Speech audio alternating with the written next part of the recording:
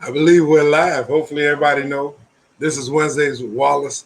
Welcome back. We had a opportunity to meet last month. It was Women's History Month. I mean, the guests last month were amazing. We had phenomenal guests. I'm talking about Nancy, the one and only Nancy Dawkins was on the show. I mean, just the inspiration, what she does, the leader that she is, the way she impacted Miami-Dade County, her and her family. It was so great to have her. We also had Tristan Williams, somebody that works for Stars, HBO, worked with all the major network, a leader that's really helping those people in the entertainment industry. It was great to have her on the show. We did have Miss Linda Cortez. She came in and wrapped up the show on last month. I mean, what a way to celebrate women, what women represent, the women in the community. I mean, I'm truly grateful.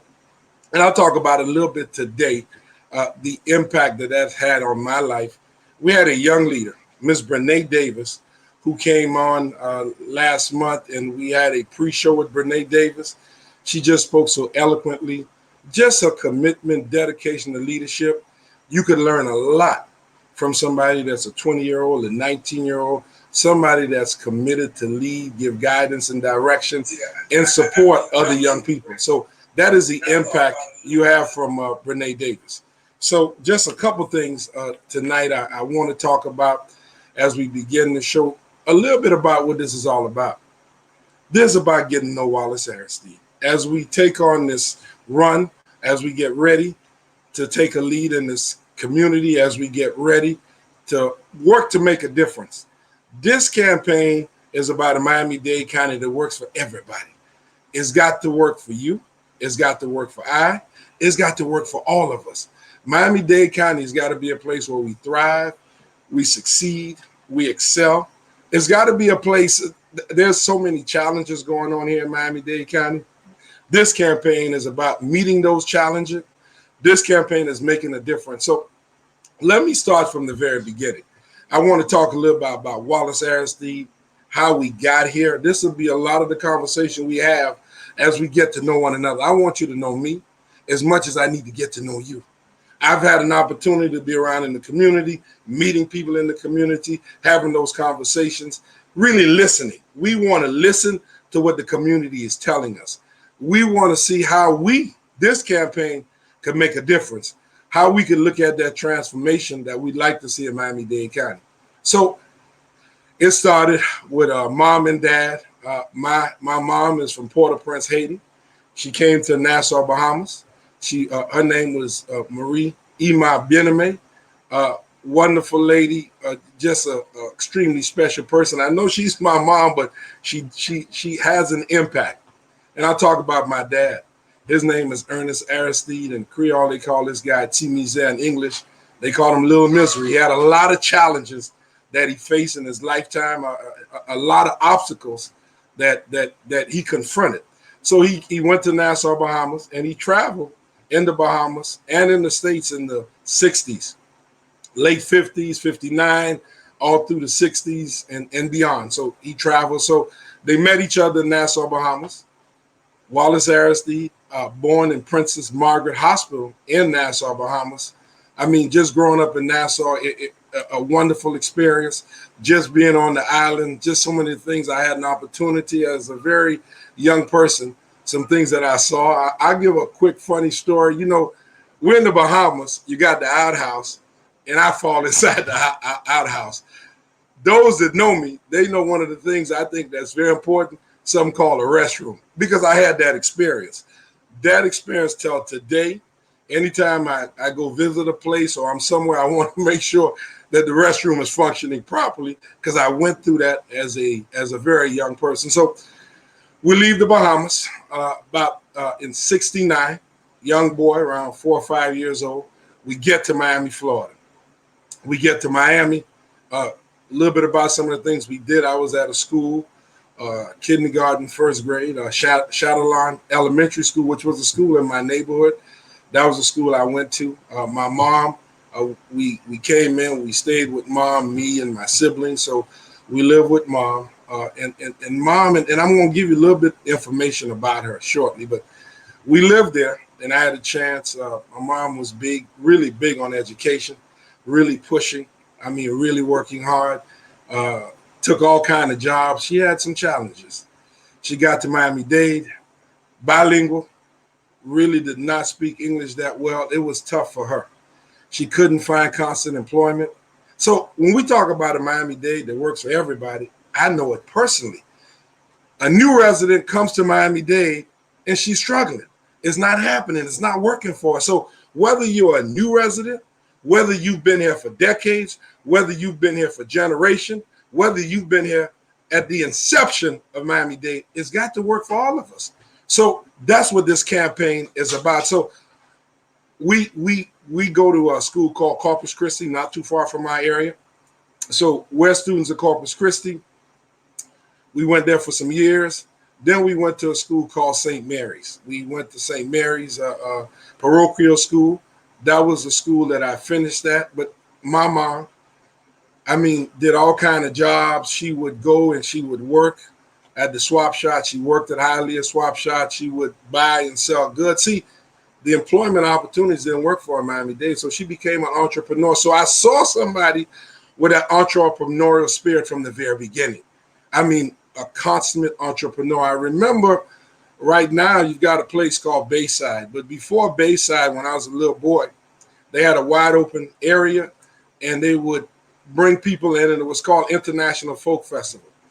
And she might have been one of the only people in the 70s from Haiti that came in, and she always did the cooking. And I mean, the food, the meals, I mean, I didn't get this size if she didn't cook the way this lady here.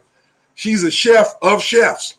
So she would go there and she would make these meals and people would be so engaged. I mean, the meatballs, I mean, some folks like the meatballs in Creole. They call that the boulette. So they love the meatballs and they would go. I mean, just the enthusiasm and the excitement for my mom cooking was like incredible. So she was somebody that did so much to help us. And she was always that person that made our lives better in the family. I mean, just the relationship her and I had was an amazing relationship. And I'll get more into that into detail, but I want to talk about the beginning, going from St. Mary's, and I'll go in a minute, talk about my high school experience. But we're in the house, no hot water. And I talk to young people about this all the time. There's no hot water, no hot running water. I mean, what we had to do was we had to boil water. And when you boil the water, you mix it with the cold water, and then you take the bucket, and that's how you took a bath. Now, in the summer, it wasn't that bad. You don't need it. In Miami, July, August, you don't need a whole lot of hot water. But when you're in the months of December, January, and February, you like the hot water, so you boil it. That's how you took a bath. Did not have a washer or a dryer. So it was always big for me to get a washer and dryer in my adulthood. So what was interesting, you had a shopping cart. So you put all your clothes in the shopping cart, and you push the shopping cart to the wash house. But you always, you're looking around like something is wrong. And the reason you're looking around, you don't want your friends or anybody to see you. Is say, look, we saw Wally Aristide, or we saw Wallace Aristide. He's pushing the shopping cart with the clothes. So that's what some of the things we dealt with. And some folks that maybe so-called friends or maybe not great friends, but they always made a comment when you came to my house, because my mom bought and sold goods. So there was a lot of stuff. And at that time, there was a show called Sanford and Son. And they always used to laugh at us, and they used to call us, hey, Sanford and Son. So, I guess we were Irma and Sons. So we were Irma and Sons. And we had a whole bunch of stuff there. And that was how it started for us. So a lot of times in what I've done in my life and the work that I've done, I'm able to connect the young people, especially those that face challenges in their lifestyle, that face some serious issues. I know how to connect, communicate, because I've been there. I've seen it. I understand when you walk inside the house and you see that, hey, they got a stove and they have the items or the appliances that the landlord gave them, but you don't see any furniture. You just see sheets and blankets. So I get it, and I understand that. One of the things that, and with all the challenges that we face and dealing with a mom, not only she faced those challenges, but she was always so giving, always wanted to help somebody out. She didn't have much, but she always would share. So I know we're going to a commercial if I'm not, and then I guess we'll come back with some guests. I do hear some sound. We do have the production team. I guess they're saying, hey, you got to succeed with Aristide. So we should be coming to a next segment very shortly. We've got some great guests, and I'm going to talk to one of our guests, high school football coach, Mike Bonfiglio. I mean, this man, the impact that he had on me and so many young people at our high school. And I'll go into that once we get ready to meet him. So we'll be having some guests coming shortly. I know we're going to go into a break momentarily. And then at that time, when we get the break, you'll see it. But just so you can know, this is going to be an ongoing story. This is just the beginning. This is the framework, and we will build from the framework. So remember, succeed with Aristide. So thank you very much, and we'll be back shortly.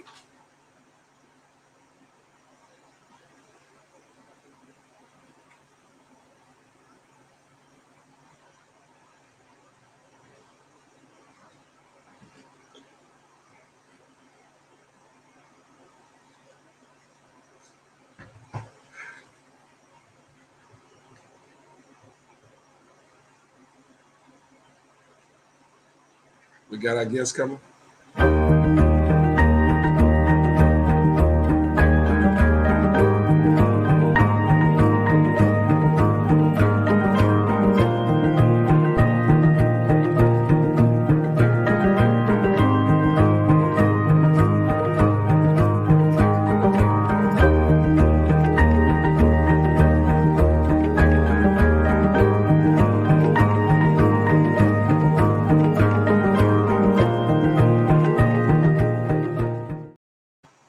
Okay, we're back again. Wednesdays with Wallace. This is part of our segment, Succeeding with Wallace Aristide. We got our next guest. She's coming up, Miss Brianna Francois. I had an opportunity to go to Brianna's church, and I'll talk about that too, because I talked about St. Mary's and everything like that, and I really want to have a conversation with Brianna Francois. I think she's coming on. We got Brianna's mic ready to go. Miss Brianna Francois, we should. Okay, Brianna. Oh, Brianna. Look at me. Thank you, Brianna. Thank you so much for being here on Wednesdays with Wallace. I mean, I was fortunate. You're the second student, former student that came on with Wednesdays with Wallace. We did have Miss Brene Davis, and she was on here not too long ago. So, Brianna, thank you for coming on the show. I'm so happy you decided to come on. I know you heard a little bit about my beginnings and a little bit about my roots, and I talked about St. Mary's. And I did something that you do too. I was what they call an altar boy. So I was there.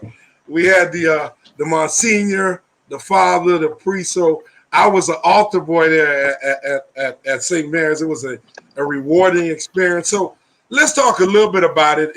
And I'm a person, Brianna, of faith. But can you just tell the audience a little bit who you are? Just a little bit about yourself. If you could do that for us, I'd appreciate that, Brianna. My name is Brianna Francois, and I graduated from Miami-Dade Western Senior High School 2019. And my career that I love to do is work as a funeral service person. And me, I've been doing the altar thing at my church for almost 6 years. Okay. And I still continue doing it. And Okay. the first time I saw Principal Aristide, I was like, I'm the only one that like recognized him. Not everybody recognized people with masks on, or whatever, you know. Yeah. But I was glad to see him. Not everybody recognized him, but it was a good opportunity to see him at my church. I didn't know Well, he was. I didn't even know you was one of us. That's one thing. yeah. But it's So, very. It's like it was very exciting to see you at my church. well, Brianna, I was happy to come. I had a great time. I mean, just the father was so nice. I mean, he was just so gracious. It was good to stop by, but it was so good to see you. And let me just say a couple things to you. As a student, I was so impressed to see you, your family, your sister, just you guys. I just think you, your sister, and what your mom is doing. I think you're amazing. I just think I was very fortunate to have you as a principal. I think you were somebody that really impacted me in a very positive way, and I wanted to mention that to our guests. Just you as a student. So you say you're going to go into the funeral business. Is that correct? Yes. So what got you interested in that? Why do you want to do that? It's like after my grandmother' death, I always Yeah. wanted to join that field. So that's when I just started, like, when they have funerals at my church, Mm, mm, I'm one of those altar girls all the time, every Saturday. uh, So that's when I just joined working at a funeral home. wow. It was, to me, I'm brave to be doing it. A lot of people ask me question if I'm scared to do it, Uh, but I'm really not scared because I'm used to it. okay. Let me So, ask this. Let me ask this question, Brianna. So you're going to school where to complete this process? I'm competing at Miami-Dade Wilson campus. Okay, so you're at the Miami-Dade Wilson campus downtown. Uh, Yeah, let yeah, me. downtown Miami. Okay. Let me salute you. Let me salute your family. I think your family's done a great job. I think your family, with what I've seen them do, I can't congratulate them enough. I can't thank you enough for coming on Wednesdays with Wallace. People need to see people like you in the leadership role. So right now you're at 19, 20. How old are you now? 21. Oh, you're 21. Yeah, So at 21, you at the church, you're being a leader at the church, you're helping direct service, yeah. you at Miami-Dade, completing your coursework. These are some of the examples that I think young people need to see. Young people, I think sometimes they're very impressionable.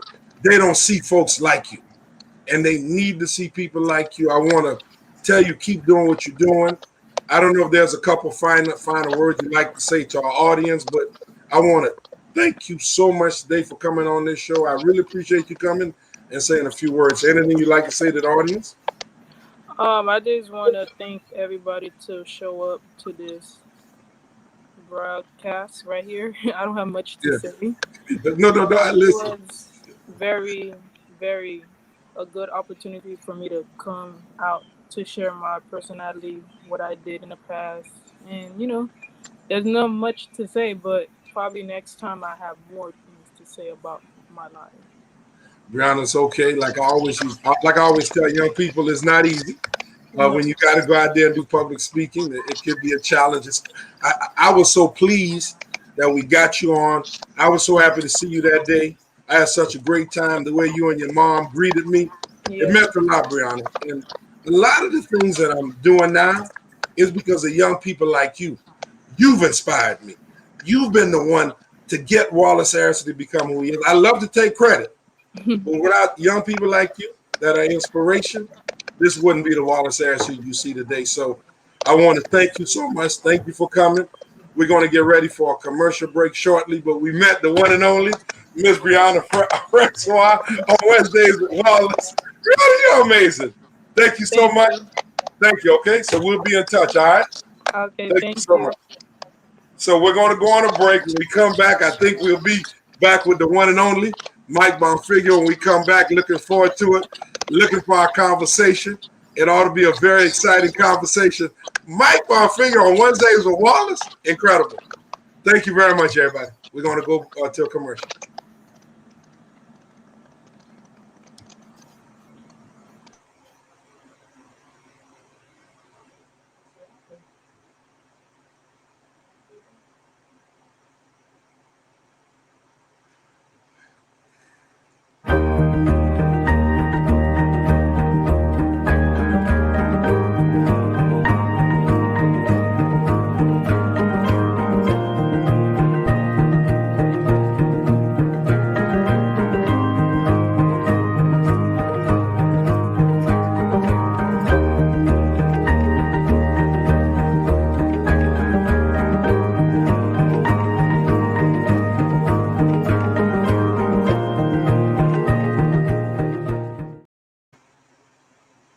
Oh wow.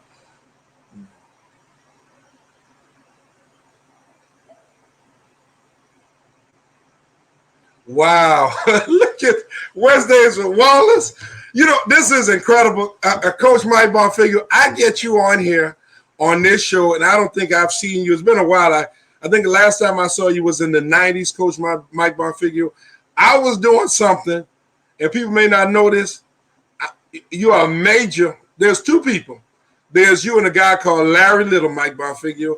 You guys are what has created Wallace Aristide when it came to going to education, when it came to becoming a football coach. And I remember I was out there coaching. I want to say could have been in Central, could have been in North Miami, and you and I would have conversations and we would talk. And I'm going to say this to everybody that's watching Wednesdays with Wallace. I'm the coach because of this man right here. Everything you saw me do, all the actions you saw me take, we're going to blame it on Mr. Mike Bonfiglio. So, Coach, I got a couple questions for you. I'm gonna shoot the first question to you, and we're just going to have a little dialogue here. Sure. Can you just tell our audience, who is Mike Bonfiglio? Who is this man? Well, it's funny, Wallace. We sort of have, once you hit your high school years, we had a very similar background. I went to Archbishop Curley High School from 69 until 73, and you went from 79 to 83. Yes, sir. We were both football players. We were both, I know how good you were. I'll let other people can judge in the past how good or bad I was. But my coaches inspired me back in the day. And I wasn't very big and not the biggest guy in the world. And a lot of people said, no, you can't, no, you can't, no, you can't. And I had a great time proving everybody wrong. And it was because my coaches believed in me. My family believed in me. I was all county Miami News honorable mention. Went and played in college at Division III for 4 years. I wanted to give back what people gave me, what my coaches gave me when I was young. And therefore, I went into education. It's funny because it's amazing that 40 years ago in April, I was named the head coach at Archbishop Curley High School at the age of 25. And I had coached, a few years before that. I was an assistant with you for 2 years, your freshman and sophomore year. But giving back all the things that my coaches taught me, the dedication, the perseverance, getting down. You're not going to win every game. You're not going to be successful in every play. But my coaches taught me to when you get knocked down, get back up, work hard, and good things will happen to you. And that's the thing that we always preach to you and your teammates at Curley High School during those years. And we went on to have 2 great years when I was the head coach, and we played some schools much, much bigger than us, as you know, Wallace. We had about 250 boys in the school, and we were playing schools like Miami Edison and Key West and Homestead and South Dade, and you have done what I did, and it makes me feel so good 40 years later that you have went from being a great player to a coach to a teacher to an administrator. And it's sort of like, it really makes me feel good seeing all you have accomplished and all you're going to accomplish in the future. And hopefully you'll win this race. And of course, everything I can do to support you, I certainly will. Coach, you don't know how much that means to me. That means the world to me, Coach. One of the things you did, and that was part of my coaching style, you were a motivator. You had the ability to inspire people. You had the ability to get that. You got the most out of all your athletes. Everybody that was with you, Coach, you brought it out. I mean, when I was at Archbishop Curley with you, Coach, you made me something I didn't think I could do it, Coach. There was sometimes I'm like, am I really supposed to be doing this? Am I supposed to be with this guy with the work that you've given us? I mean, you might have been one of the first people I heard talk about something called 3 a day. I thought it was just 2 a day. So just, Coach, talk to me a little bit about that passion. What's inside you that make you so passionate, just make you the kind of person you are that gives you that drive? Because you are enough. When I say you're a passionate coach, you are truly passionate about this. Well, I had a strong belief in myself. Yeah. And you have to believe in yourself. You believed in yourself. A lot of young people don't really realize how much faith they have in their own ability. And you realize that we talk now about all the sprints we used to run Yeah, and all those type of things. And the funny thing is, and you probably don't remember it, but yeah. I do. You always had a smile on your face, even when we would finish. You'd look at me and go, "Coach, I don't know if I could take this anymore." And I'd say, "Yes, you can, Wallace. Yes, you can." And I'll tell you, the end result. And I'll never forget the day as long as I live when we sat in the living room with your mom Yeah. and Larry Little, and you signed that scholarship to Bethune-Cookman.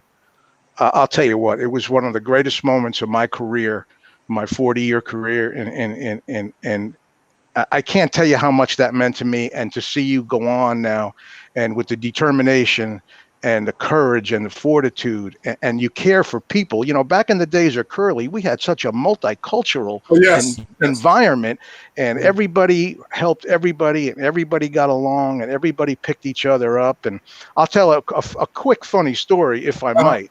yes, I please. remember during two-a-days, after about a week, and we'd finish running our sprints, and I'd say to you guys, "Well, how do you feel today? How do you feel after this?" And you'd go, "Oh, coach, we're beat. We can't do this anymore." So I'd say, "Well, we got to run a little bit more." And then we run a little bit more. About a week later, I said, "Wallace, how you feeling today?" And he goes, "Coach, I'm in great shape. This is really working." And I said, "Well, I guess we can run some more then." And about a week later, I said, "Wallace, how you feeling today?" And Wallace said to me, "Coach, I feel any way you want me to feel." So he figured it out pretty quick. And once again, Oh, we didn't win every game. We mm, were never out of any game. yeah. We beat teams we shouldn't have beat. And the reason we did that, yeah, we were young. We were all young together. I mean, I was not very much older than you at Yeah. 25 years old as a head coach. So we could relate to one another. And I Mm, think that helped. mm, But it was a bunch of guys, including you and your leadership, that would pick each other up when they were down. We celebrated the good times and the bad times together. And look how it's wound up for you and a lot of other guys that we played with. We've got doctors and lawyers from that graduating yeah. class that you Yeah. were in. We have some tremendous people, but it all comes down to Mm, wanted to give you and the rest of the young people I worked with for 40 years the ability that no one can make you do anything, but you can certainly motivate people to do stuff, to do their best, and see what happens. And we motivated you as best we could, but the bottom line is you had the determination to do it, and you've done it for the last 40 years. And I'm so proud of you. I'm so proud to see what the man you become and the family man you become, and a great community member. I can't even describe it in words. Well, Coach, let me just say two things, and I'm going to go to the first one. You mentioned diversity. That was big, big for me early, and I'm going to tell you why it was big for me. We're curling. You got African American, Haitian or Islanders. You had American. Right. You have Hispanic American. You had a white Anglo, Jewish faith. I mean, there was a melting pot of people that you came in contact with every day. And it was so helpful to really be in that environment because it gives you a certain perspective. So Correct. for me, it was good because I didn't leave with a tainted perspective. We judge everybody based on the content of their character. So we saw what kind of character you had, and that's how we judge you. We didn't come in with these preconceived notion. If you were so and so, or you were from such and such, and you're going to be such and such away. And I think that was one of the blessings that I think I received being a youngster going to that school. It was big for me. So I'm glad you mentioned diversity, and it helped me a lot in my career because I remember my first job, one of the first schools I went. There was not a lot of English speakers. There was a lot of students from Nicaragua, Cuba, what have you. And we went in there, Coach, and the relationship we had with these young people, the love and everything they showed, we went and we treated them like we were taught to treat folks. We That's went and right. treated them right, Right. and I've been at all kind of places throughout my career. I was at a school, Aventura, a lot of people of Jewish faith, you name it. Great relationship there. Miami Northwestern, large African American and other islanders, you name it. Great relationship there. I mean, I could name place after place where we went, Miami Central, North Miami, and we went. And every time we went to these schools, I think the young people felt like, hey, he's one of us. He's with us, and he's part of the family. And it was good to see that family environment and atmosphere we created. So I'm glad you mentioned diversity. The other thing I'm going to mention, Coach, the second thing you mentioned, and you talked about us being a Curly and everything like that and supporting us. As you know, on the 22nd of May, Curly High School, which is now closed, which is, and you had the last principal, and hopefully we can get him on Wednesdays for Wallace. Doug Romantic, we'd like to have you. We invite you now, Doug. You're the last principal at Archbishop Curly, Doug. Doug, come on now. Join us, Doug Romantic. If anybody know Doug Romantic, say Wallace Aristide is calling his name. I mean, just a great guy. Maybe we can get him on our next Wednesdays with Wallace. Hopefully, production team, we can get this man here. He would be great. But we're coming on the 22nd, Coach, and I think you said you were coming down. I mean, everyone is excited. You want to talk about that a little bit because we've had some great conversations. So May 22nd, we're going to have Archbishop Curly reunion, all those Curly folks. It doesn't matter what decade, what year you graduated. We're going to have a family atmosphere. You want to talk about that a little bit, Coach? What do you think? You know what's interesting, what you just said about the family atmosphere, and it was about, I would say 10 or 12 years ago, my daughter said to me, Dad, you need to get on Facebook. And of course, at the time I was like, well, I'm really not sure if I want to do that or not. And she said, but look at all the guys you coached over all these years, and as an administrator, wouldn't it be great to reunite with all those people? And I said, okay, I'll give it a try. And I'll tell you what, it was one of the best things I ever did, because I got to get back together with people like you and people from all the places that I've been. And I just like to say that, people ask me, and I'm sure this is right up your alley. Why did you leave coaching to become an administrator? Because, and my reason was, well, you can't coach forever. It's a young man's game. However, you can take the values that you try to instill on your players and expand that to a larger group of people.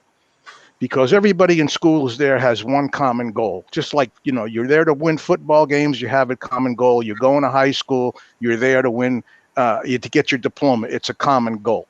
So it's amazing how you've gone from teaching to coaching to administrators, and you're helping a greater number of people as you do it. And now it's just transitioning to you running for a city commission spot and helping even more people in the community. And that's what I'm very, very proud of. Coach, I really appreciate that. So just to let everybody know, there will be a reunion on May 22nd. I think it's 5:30.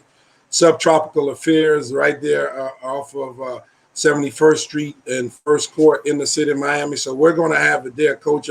Before we wrapped up, Coach, I just wanted to mention this, and I got to tell you this, Coach. I appreciate you coming in and just the love and you being here. And it's funny, you talked about Facebook. I'm like a newborn on Facebook. I just got it in January. I really, I had little access here and there, but I really never got on it. I mean, just my job. I just wanted to not create an issue or anything like that where I worked at, and I wanted it to be positive, and I wanted to be careful how we use social media. But I think this outlet, this venue, and I'm like you, Coach, I just got on it, and it allowed me to reconnect with you, and it's been amazing. And the conversations, the talks we've had, it is so good to get back to the roots where it all started. People like you that had an impact on my life. I'm truly grateful, Coach. I can't thank you enough. I don't know if you have any parting words for our guests, but thank you so much, Coach Bonfiglio, for being here on Wednesdays with Wallace. I surely do. I haven't been back in South Florida. My mom's in Central Florida and still hanging in there, but I haven't really been back down to South Florida in about 20 years. I'm looking forward to doing that. And people need to understand, people need to know, and I think they will as the more of these Wednesdays with Wallace that you have and people get to know you. You're a genuine human being. You are sincere. You're, like I said, always with a smile on your face, always willing to help people. And I have no doubt you'll do a great job for the city of Miami. I appreciate it. Just so you could know, Coach, just it's Dade County. So it's a county office. I know Right. some people think it's a city, but it's Dade County. So it's Dade County Commissioner, District 2. That area has North Miami Beach, Little River Farms. It goes south to 79th Street, certain sections. It's got, like when you get to 79th Street, it goes to North Miami. It goes 37th Avenue all the way to Southwest River Drive. It's a nice size area. And we've been living there for 12 years now in that particular area. And we just, listen, this is about us, me, the family, and all. We just want to help the community. This is nothing. We're not looking to get anything out of this. Anybody that really knows us knows that's not what we're about. We're about helping and coaching. And you've been a servant for young children and their families. And when you talked about my mom and being in the living room coach, that was a big day for my mom. I know it was. That was a dream come true. My mom, my sister, I don't know if you had a chance to meet my sister. Yes. Marie, it was big. My brother Gibson, who saw that as an example, William and others, they saw the example. And we wanted to be the example. And we were blessed, signed a scholarship in my high school career. You had Bill Shields, you had Jerry Voss, you had Yeesh, you had so many folks that were those coaches that help us out, and I'm truly grateful for what you guys do.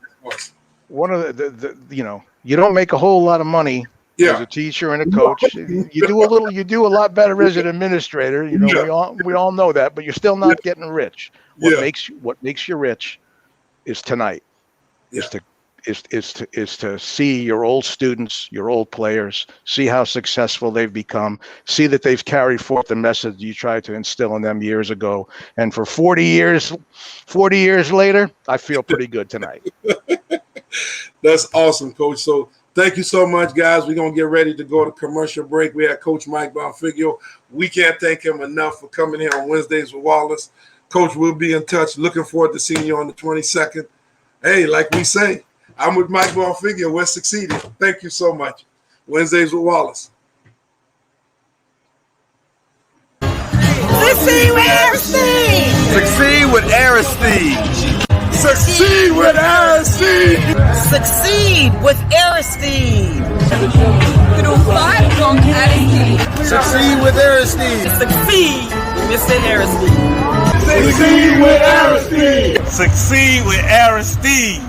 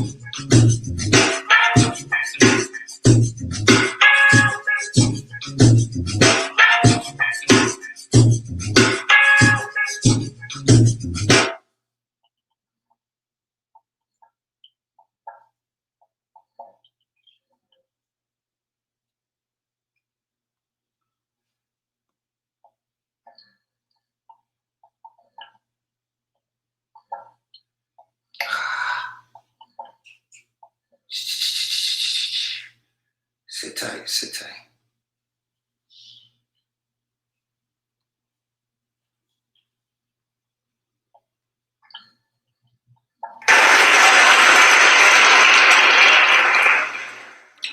Today, there are almost 4,000 children in foster care, just in Miami.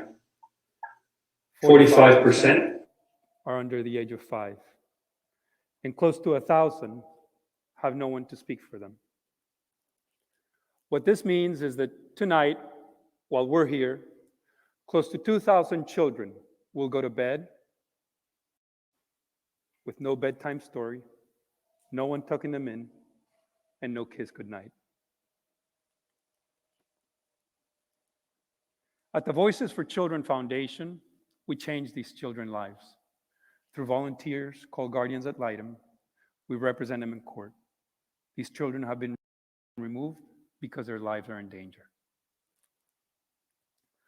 As part of my job, I get to meet with a lot of donors for whom I have great admiration and respect. But to be honest with you, the part of my job I enjoy the most is spending time with the kids. From them, I have learned that there is a tremendous amount of power in truth. And when they share their stories, they make peace with their past. So today, I'm here standing on this red dot with one purpose, and that is to own my story. You guys. I was born in Colombia into a family where the two people that I love the most in the world could not love each other. There was a lot of alcohol abuse, verbal abuse, and physical abuse between my parents. I was often scared. Sometimes I thought that they were going to really hurt each other. One day, when I was 9, my mother did the best thing she could do for herself. She left. She moved from Colombia to the US and left my sister and I with our father. This broke my heart in a million pieces. My grandmother, who loved to pray, told me that if I prayed hard enough and with enough faith, I would have the family that I always wanted. So I prayed a lot, hoping that a miracle would happen. About a year and a half after my mother had left, she went back for us.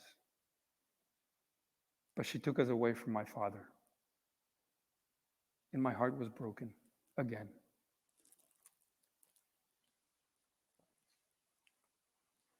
At 12 years old, I kept asking myself, why couldn't I just live with the two people that I love the most in the world?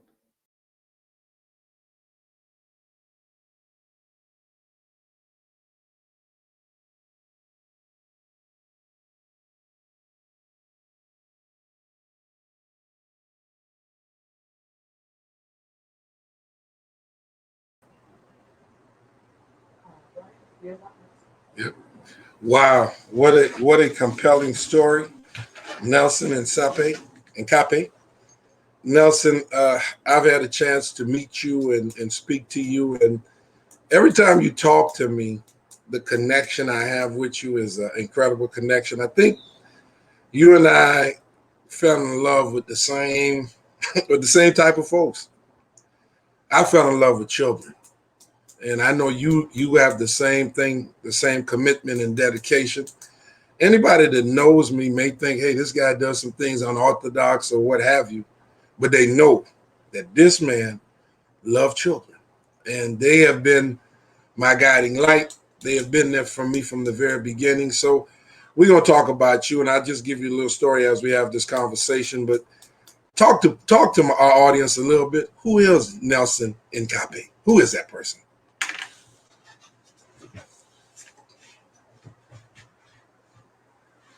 Can we get the volume? Okay. Let them know you can't hear. We can't hear. Can we get them? We need to hear. We need to hear Nelson. His volume. Nelson, I think we might need to get your volume going. Can we get his volume going? I think we have an issue with his volume. If you want to let me know when the volume is good, let me just just say a couple things. I think it's on Nelson's end. Nelson, you got it? This is live. You know, it's live. We on live, so anything can happen when you live. I don't know, production team. I guess we're going to be back with Nelson in a minute. I don't know if I'm live. I don't think I'm not on live, right? Okay, that's what's showing now. So they're probably happy. That's what I figured. So Nelson said, okay, let me try and give Nelson a call. Okay.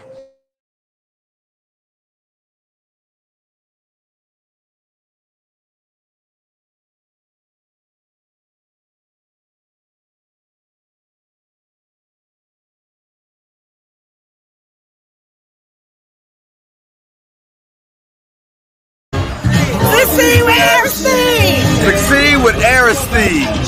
Succeed with Aristide. Succeed with Aristide. Through 5 from Aristide. Succeed with Aristide. Succeed with Mr. Aristide. Succeed with Aristide. Succeed with Aristide.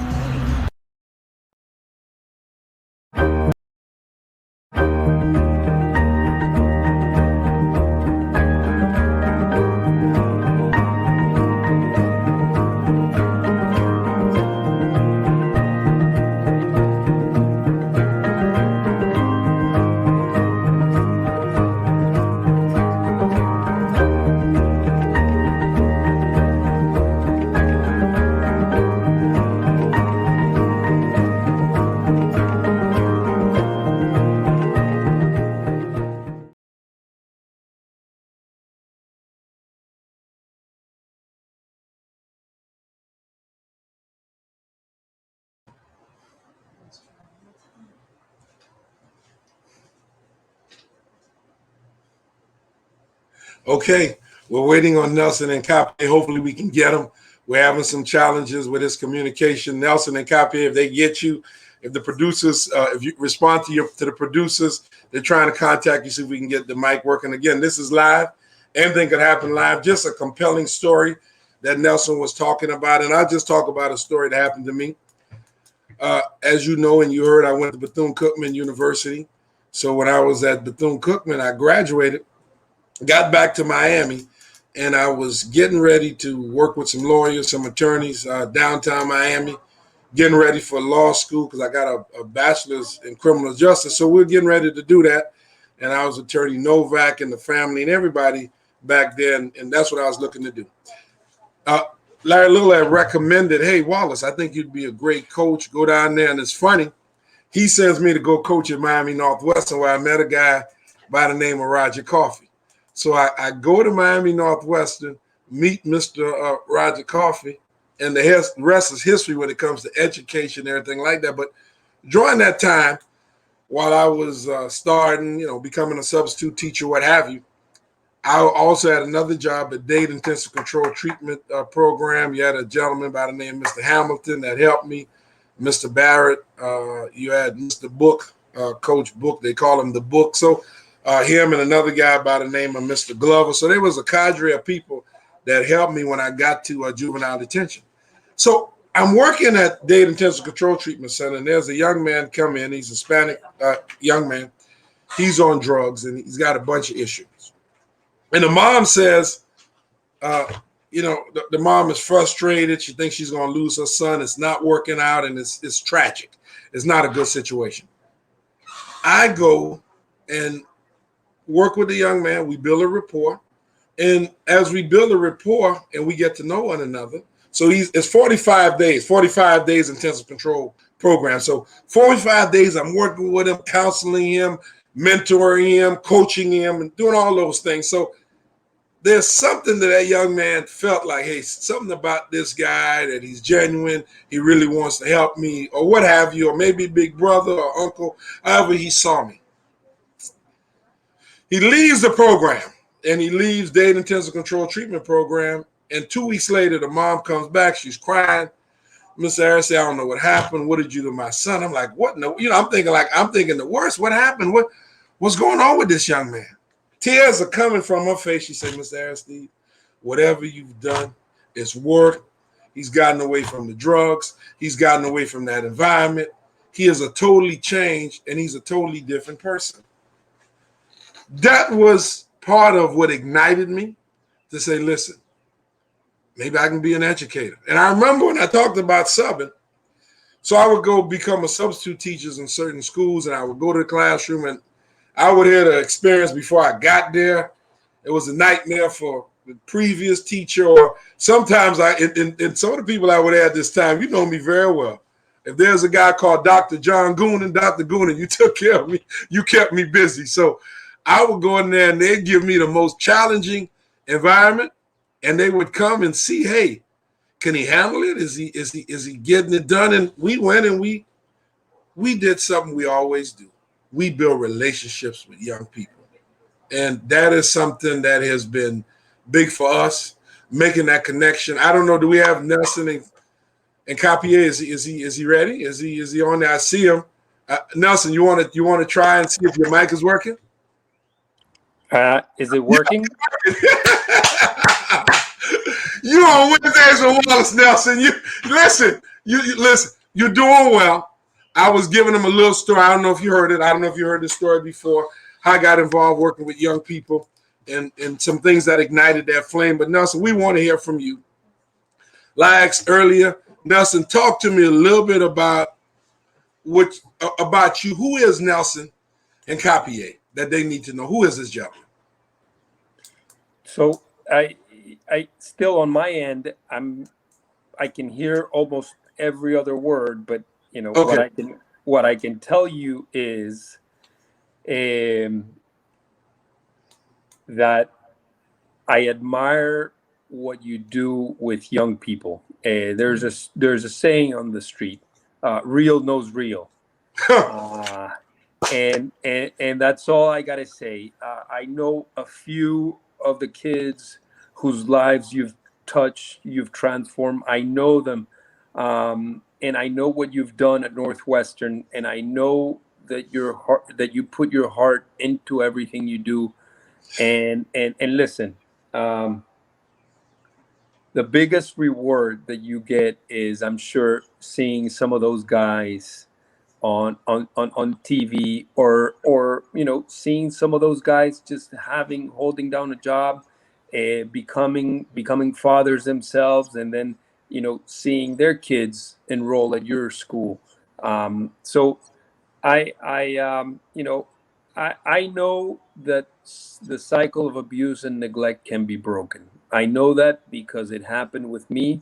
My children have never seen anything like what I saw when I was growing up, and I know that, you know, they have better opportunities because I've had somebody like a Wallace Aristide in my life, even though it wasn't you that was there, but it was somebody like you, and I know that you have that effect on young men and women who go through your school. So I'm excited for you, for what you have in the future, and for what you may be able to do for District 2.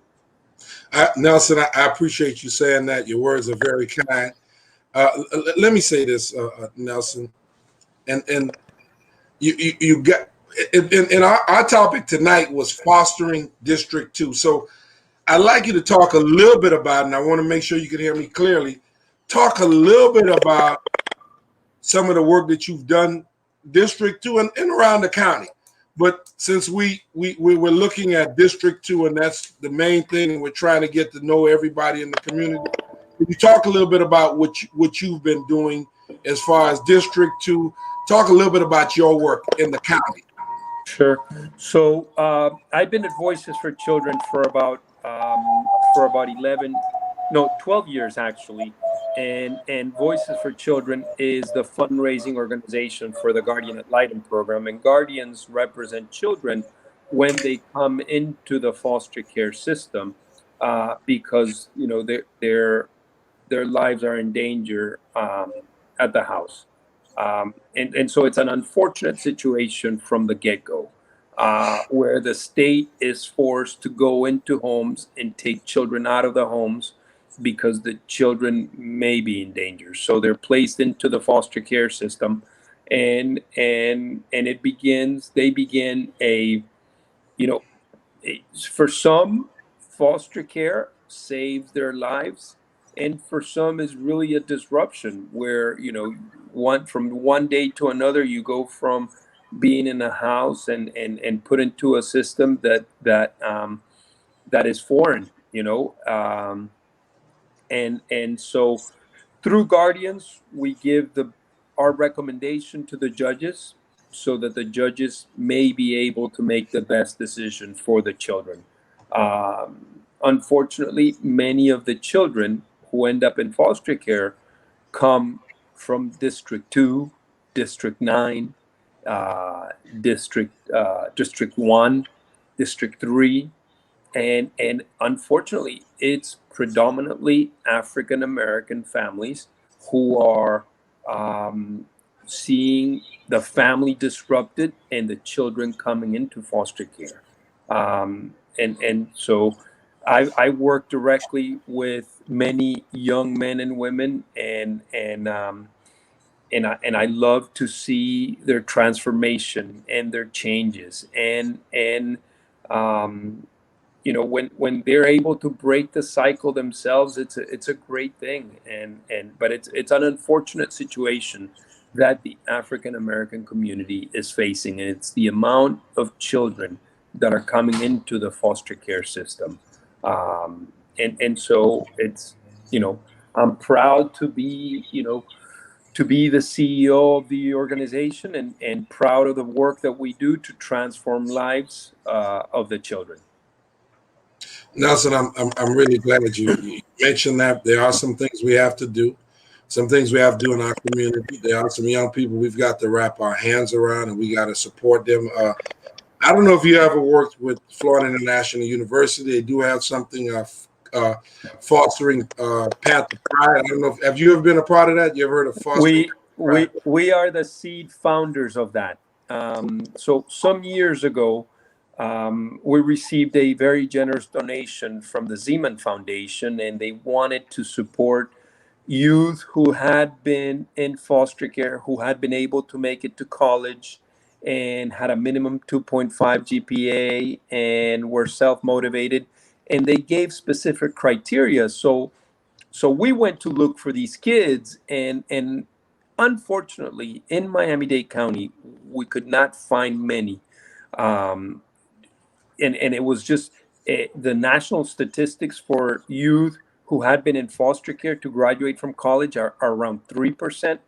So we went to FIU and to Miami-Dade College, and we said we need to make sure that we have wraparound programs for kids who come from foster care, because they need some additional assistance.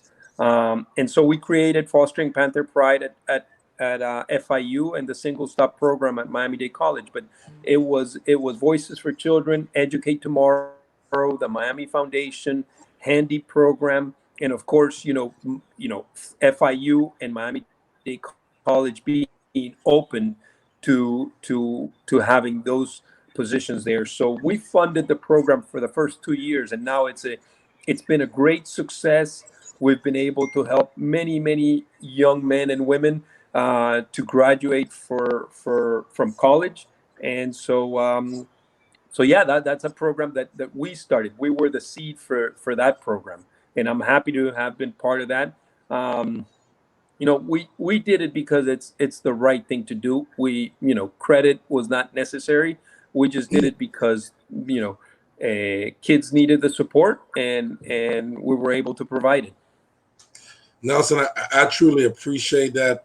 Before you leave, just a couple things I want to move from. Just what you've been doing, people like you, and I think we're very fortunate, and I think I'm very fortunate. Sometimes people got to do something, but I think and somebody mentioned this to me the other day, and I appreciate him mentioning it was a blessing when he spoke to me about it.